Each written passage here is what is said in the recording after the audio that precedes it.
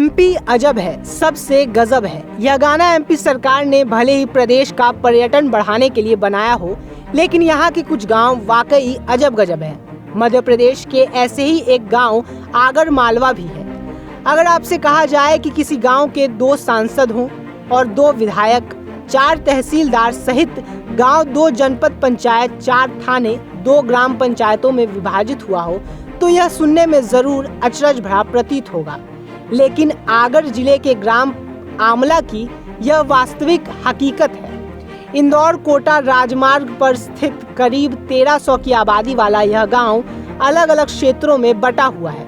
वर्षों से यहाँ के ग्रामीण 2 सांसद एवं 2 विधायकों के लिए मतदान करते आ रहे हैं और इस बार फिर इस गांव के ग्रामीण 2 विधायकों के लिए मतदान करेंगे। आगर से करीब 18 किलोमीटर दूर स्थित ग्राम आमला ऐसे स्थान पर है जिस एक सिरा आगर जनपद में आता है तो दूसरा सिरा सुसनेर जनपद में आता है। तीसरा हिस्सा नलखेड़ा जनपद में आता है तो चौथा हिस्सा बड़ौद जनपद में आता है। 2 तहसीलों में बटे इस गांव के तहसीलदार एवं पटवारी भी अलग अलग है। गांव की गलियां भी अलग अलग तहसील का प्रतिनिधित्व करती हैं। एक ही गांव में रहने के बाद भी 2 भाई अलग अलग तहसील में रहते हैं। उनके विधायक और सांसद भी अलग अलग हैं, तो वोटर आईडी, राशन कार्ड भी अलग अलग है। आमला देवास शाजापुर संसदीय तथा राजगढ़ संसदीय क्षेत्र में आता है। साथ ही आगर तथा सुसनेर दोनों विधानसभा क्षेत्र में भी आता है।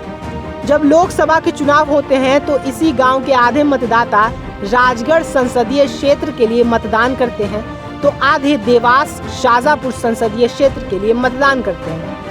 ठीक इसी तरह की स्थिति विधानसभा चुनाव में भी दिखाई देती है। आगर एवं सुसनेर दोनों विधानसभा के लिए यहाँ के मतदाता मतदान करते हैं। गांव 2 ग्राम पंचायतों में भी बटा हुआ है। एक हिस्सा ग्राम पंचायत आमला में आता है तो दूसरा हिस्सा कुछ किलोमीटर दूर स्थित ग्राम पंचायत सेमलखेड़ी में आता है। गांव के विकास के लिए ग्रामीणों को 2 सरपंचों की मनुहार करनी पड़ती है।